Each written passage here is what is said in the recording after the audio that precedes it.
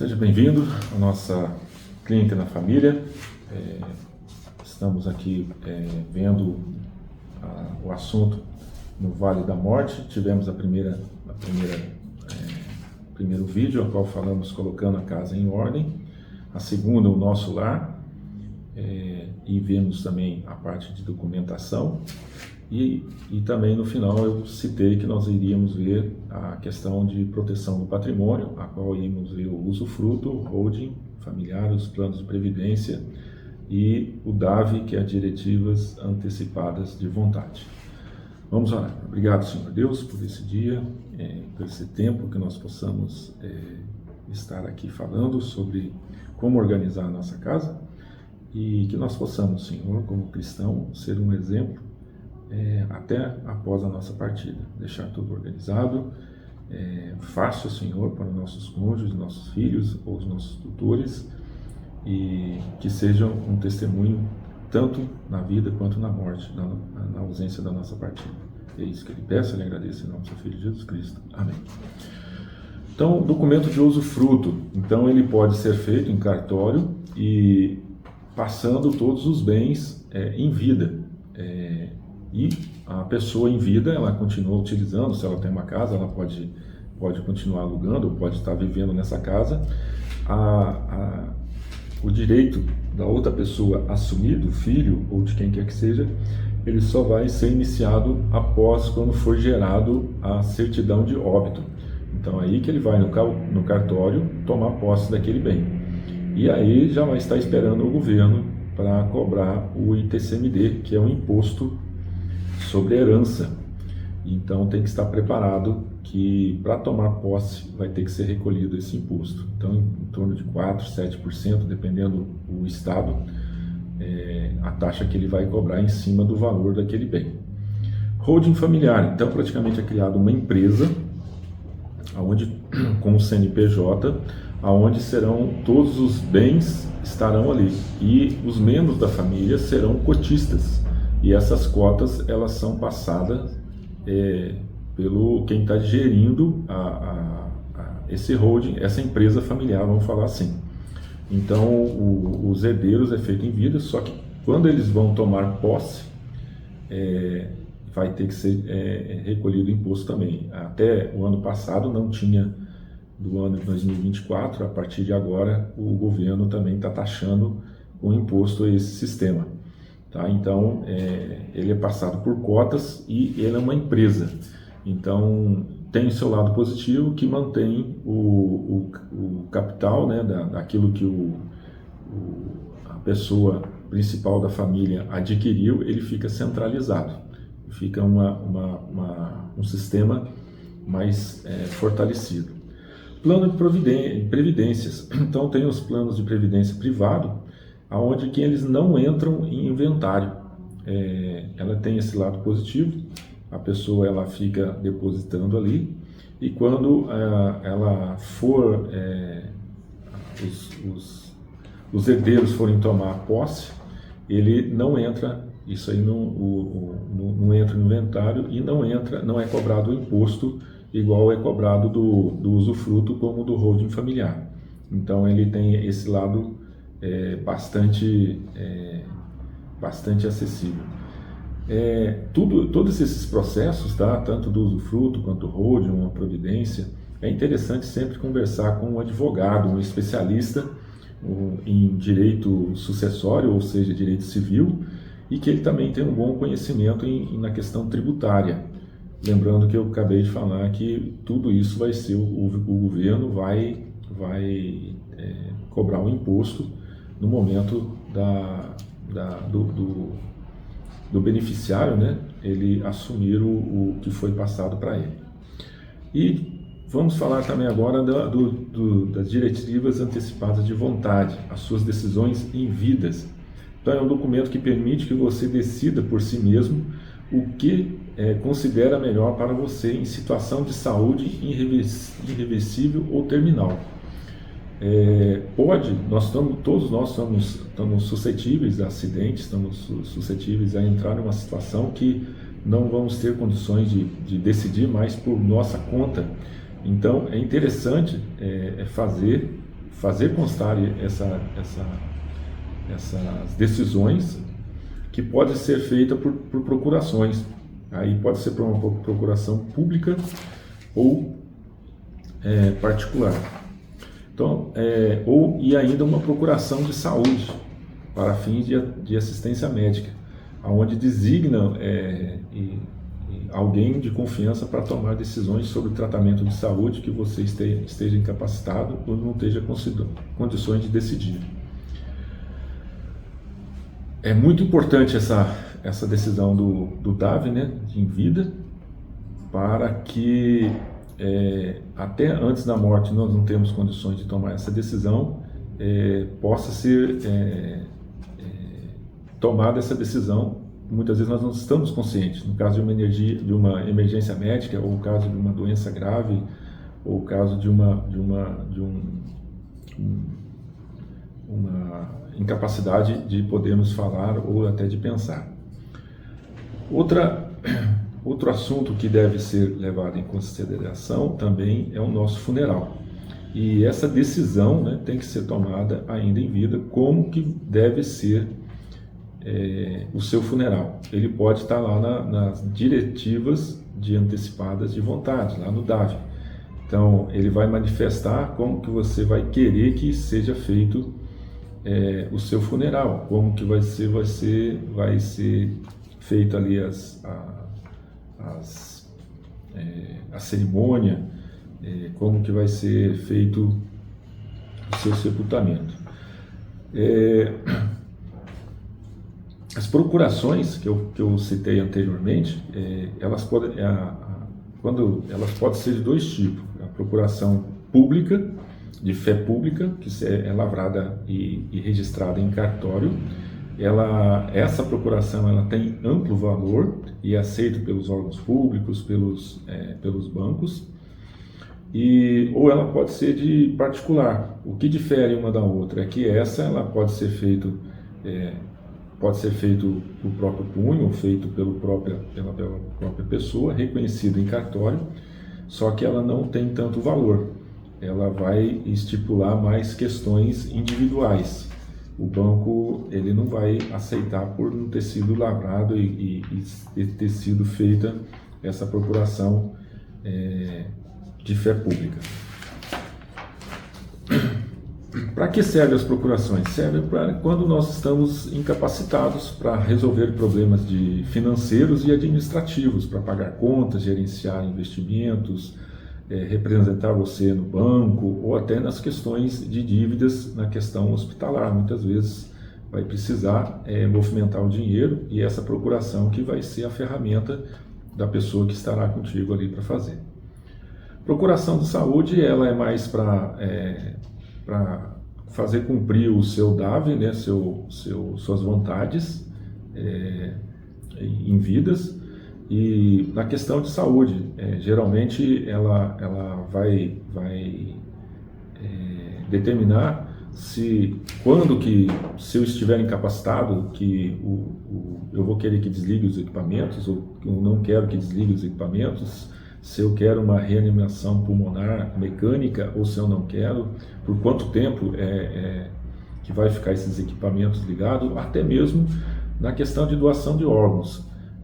Eu sei que tem um mecanismo de estar na identidade, a doação de órgãos. Muitos tiram essa autorização por causa de em acidente o médico, se tiver portando a identidade, o médico vê, ele já vai querer arrancar os órgãos. Muitos têm medo disso, mas pode estar aqui nesse documento essa diretriz, né, de antecipada da vontade em vida. Se morreu, foi constatado, o familiar ele já de imediato ele já sabia, né, nessa diretriz, não está autorizado a doar os órgãos. Está aqui na diretriz dele quando ele deixou escrito em vida. E preparando para o funeral. Então, como que nós devemos nos preparar para o nosso funeral em vida? Considerar um plano funerário. Então, ver uma agência funerária, né, confiável, ver como o plano dela, o que ela fornece, como que ela fornece, tipo de caixão, quais os serviços que ela vão apresentar, deve ser considerado. Por quê? Porque ninguém sabe o momento, a hora que nós vamos partir. Nesse momento fica mais fácil quando tem um plano, quando tem um número, tudo certinho, tudo pago, fica mais fácil de nós, o cônjuge ou das pessoas responsáveis, agirem. Isso traz paz do espírito, né, que fica mais fácil de trabalhar. Alívio financeiro, porque muitas vezes nós estamos empenhados em um compromisso financeiro e chega mais há um funeral agora. O funeral, só para ter ideia, nos dias atuais ele está em torno aí de 2.500 até 30 mil, dependendo, 30 mil reais, dependendo de como que será esse funeral. E deixando tudo antecipado, vai evitar burocracias e estresse para a família, um momento de perda que não vai ser, que ninguém estava esperando. Então, isso vai ser muito mais fácil para quem ficou. E ainda tem a grande vantagem de ser personalizado. Será como que você decidiu, como que você queria que fosse. Eu quero que seja uma cerimônia alegre, eu não quero que seja triste, eu quero que as pessoas se sintam bem durante o meu velório, lembrem de boas coisas, lembrem das coisas que fizemos juntos. Então, há essa possibilidade. O que deve ser contado na contratação de um plano de funerário? Então, a cobertura, né? O que ele cobre? Se é caixão, urna, translado, velórios, taxas de cemitério, cremação e documentos, valores e formas de pagamento, como que tudo isso vai ser e como serão os reajustes anuais ou mensais, a reputação da empresa, que ela tem bom nome, ela cumpre o que está nos contratos, porque são os seu cônjuge, seus filhos e seu tutor que vai estar tratando. E clareza no contrato. Leia atentamente todas as cláusulas, garantindo que compreende tudo que você vai assinar, o que vai ser contratado. Deixando suas vontades no funeral, né? Isso é um ato de amor. Então é interessante a gente lembrar que durante o funeral, nessas vontades suas, poderá ser incluído o seu local, né, onde o cemitério que você vai querer ser enterrado. É interessante também ver na sua cidade ou no seu estado se é possível comprar um jazido permanente ou temporário. Normalmente o jazido temporário é por 3 a 7 anos. Se for permanente, ele vai ficar com a sua família, e também ele tem um custo. Pode ser de 3 mil até 50 mil o preço desse jazido, principalmente se for um jazido permanente. Também deve ser visto nas suas vontades a igreja, o local, quem vai pregar, né? O local da cerimônia, se é um pastor, se é um padre, quais as músicas que você quer que seja cantada, quais os textos que querem que seja lido, se vai querer sepultamento, se vai querer cremação, como que será depois ali na cremação, onde quer que seja jogadas suas cinzas. Então tudo isso deve ser pensado, e principalmente o aspecto financeiro, porque tudo isso vai ser pago, tudo isso vai ser acordado e feito ali. Ainda é possível, agora na questão de seguros e convênios, é prudente que seja feito um seguro em vida. Se tem condições financeiras, é interessante fazer um seguro, procurar uma corretora de seguro, um corretor, e procurar uma agência idônea. E é interessante fazer um seguro de vida e também um plano de saúde, se possível, se as condições financeiras permitirem. Então, para escolher um plano privado de previdência privada, é interessante a gente sempre olhar o seu orçamento atual, se permite, como que tudo que você tem, se sua capacidade financeira permite isso, o perfil e seus objetivos, o que você quer, quanto que ele vai te dar de retorno após a sua morte, né? Qual vai ser o prêmio que a pessoa vai receber. Pesquise a opção de disponíveis, faça um orçamento com várias empresas, empresas que são consolidadas no mercado, né? Contrate sempre um plano de previdência, se for necessário, né? Com todos que cumpra os contratos, e acompanhe o seu investimento. Então sempre dá uma olhada a longo tempo,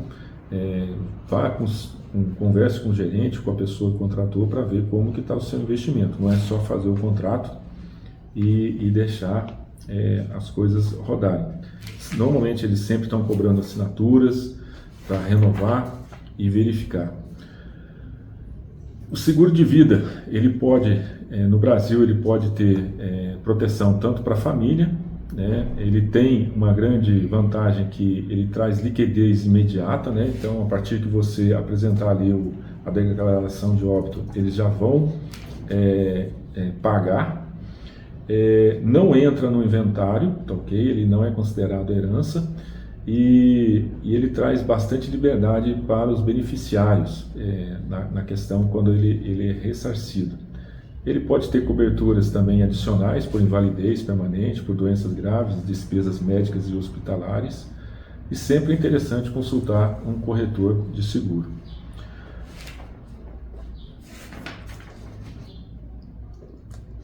Outra coisa interessante que nós temos cuidado na questão financeira. Então é interessante não entrar em dívidas. Tudo que você fizer, procure fazer pensando no seu futuro. Se eu tenho condições de comprar, condições financeiras, eu vou comprar. Não tenho, não vou fazer dívidas, porque essas dívidas, mesmo com a morte do titular, vamos falar assim, né, que adquiriu a dívida, essa dívida vai passar para os seus dependentes.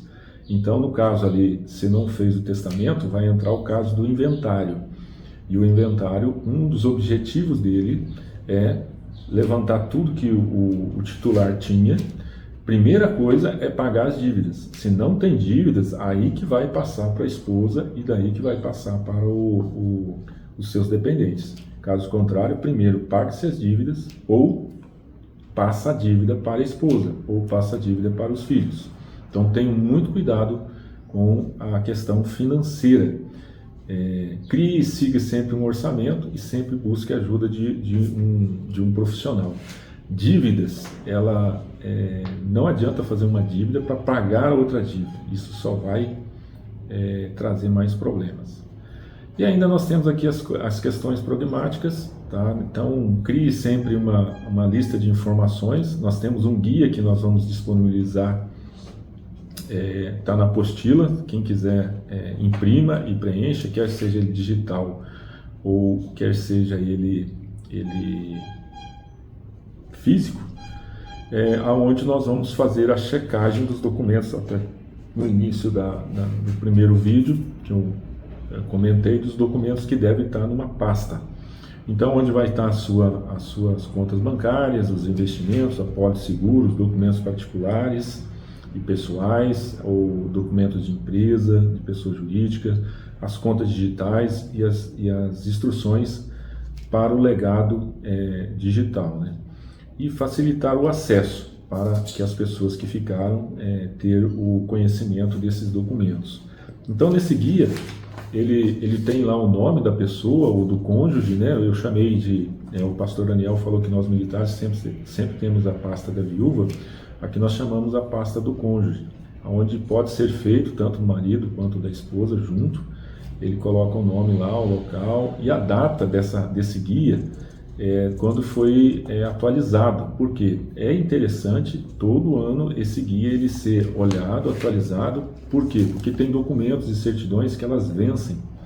E aí tem que ser gerado outro documento e a cópia desse documento ou o documento original está presente nessa pasta.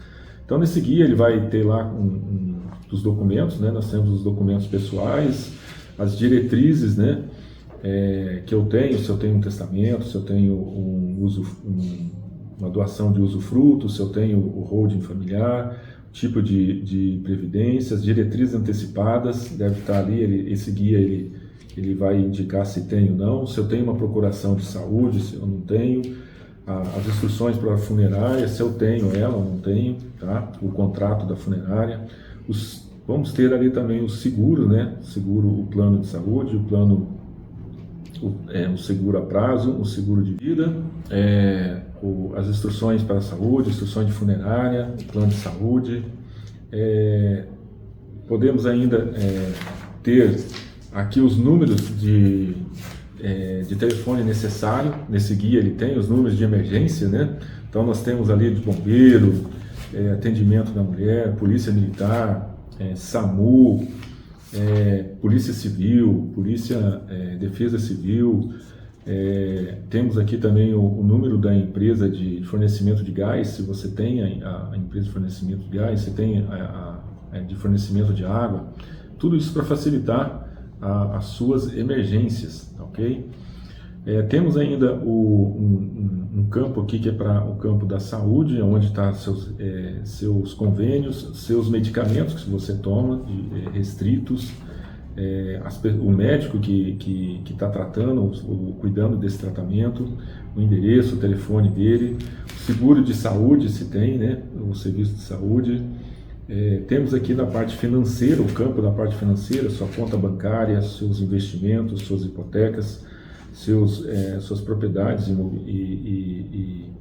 imobiliário, sua aposentadoria, como que se é uma empresa particular, se é do INSS, se é no meu caso, ela a aposentadoria do órgão do Exército. Então eu tenho que especificar para minha esposa aonde que ela tem que ir, o que ela tem que fazer, aonde que estão meus documentos, meus protocolos relacionados à minha aposentadoria. No caso de propriedades, tem que ter os documentos, né? Como já foi citado, os originais, o carro no nome, sempre passar para o nome, não deixar postergar, porque depois vai dar trabalho, vai entrar no inventário e vai ser difícil de solucionar isso. Casas, lotes, terrenos e assim por diante. Informações de contato, né, de parentes, de profissional de saúde, representante de saúde, é interessante sempre ter. Tem um campo aqui de informações de animal de estimação, se tem, né, se é pedigree, se é veterinário dele, instruções para o futuro, o que quer que seja feito com o animal. E a vida virtual, a gente já tinha comentado, né, senha do computador, senha do Google, senha do e-mail, senha da TV, programas de computador, as senhas, tudo registrado num livro, está nesse local que eu já tinha comentado, um local seguro para onde vai estar guardado, para quando morrer, como que liga esse computador? Como é que destrava ele? Como é que destrava um HD? Vai ter que chamar um profissional? Vai ter que gastar com um profissional para poder fazer isso? Muitas vezes um livro de senha, um caderno de senha, está tudo registrado lá. E os contratos, né? Ou seja, as contas. Então, muitas vezes o titular ele tinha contrato de água, de luz, de internet, de condomínio, financiamento de carro, financiamento imobiliário, aluguel para pagar, ou aluguel para receber. De quem que ele recebia aluguel? Quantos aluguéis ele tinha? Ele tinha 10 casas. E onde que ele recebia? Com quem que ele recebia? Então, tudo isso é interessante, tá? Esse guia é para dar direção na pasta, no local onde está guardado os documentos, que nós chamamos pasta do cônjuge, onde vai facilitar a vida de um ou de outro em caso de falecimento. Então, procure sempre organizar a sua casa, né, ter ela sempre em ordem, preparando a preparação prática, né, tanto espiritual quanto física, para o futuro. Nós não sabemos o nosso futuro. Então é interessante nós ter tudo organizado para facilitar a vida de quem vai ficar. Organize as documentações de patrimônio, guarde seus documentos, né? Centralize as dívidas, né? Se tiver, esteja registrado nesse guia. Compartilhe a localização desse documento. A segunda vez que eu cito. Não adianta ter tudo organizado, mas o cônjuge ou seu tutor ou seus filhos não saber aonde que estão. É interessante ser guardado em cofre ou num lugar bem com acesso restrito, mas que as pessoas próximas a ti, pessoas de confiança, saibam aonde estão esses documentos para futuramente ser utilizado e facilitar a vida de quem fica. Muito obrigado pela atenção, espero que esteja contribuído para termos uma vida organizada. Obrigado.